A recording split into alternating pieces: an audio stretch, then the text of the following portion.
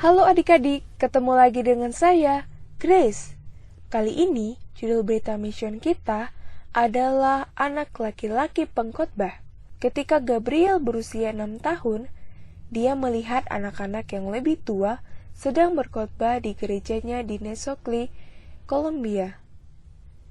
Dia suka mendengarkan mereka berkhotbah tentang Yesus, dan dia bertanya-tanya seperti apakah rasanya berkhotbah.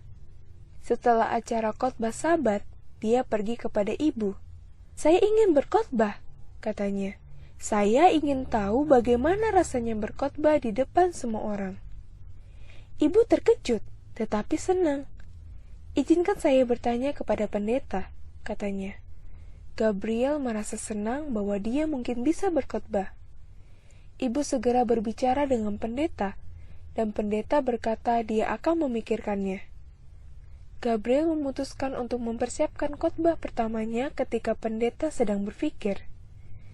Dia menyukai cerita tentang bagaimana Tuhan menciptakan dunia, dan dia terutama menyukai bagaimana Tuhan memberkati hari ketujuh dan menyucikan hari Sabat.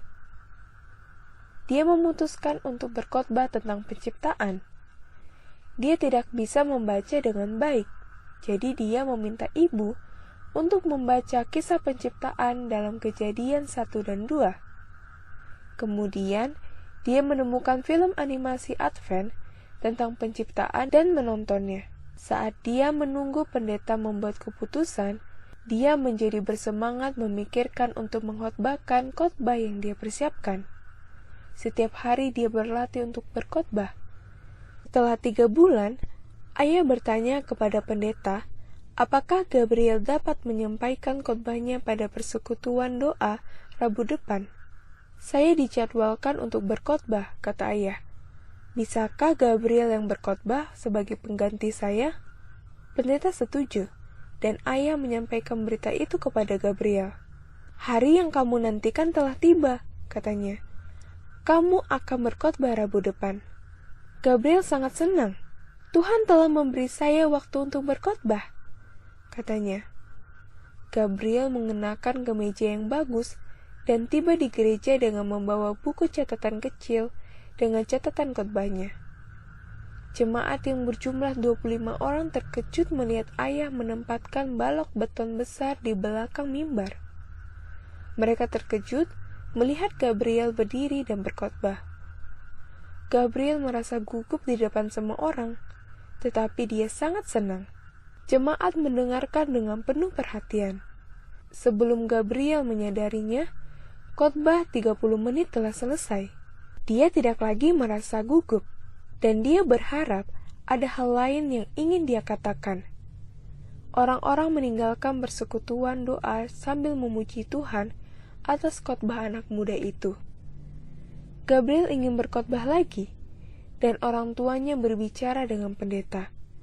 Sementara Gabriel menunggu keputusan, dia menyiapkan khotbah tentang Yunus dan ikan besar.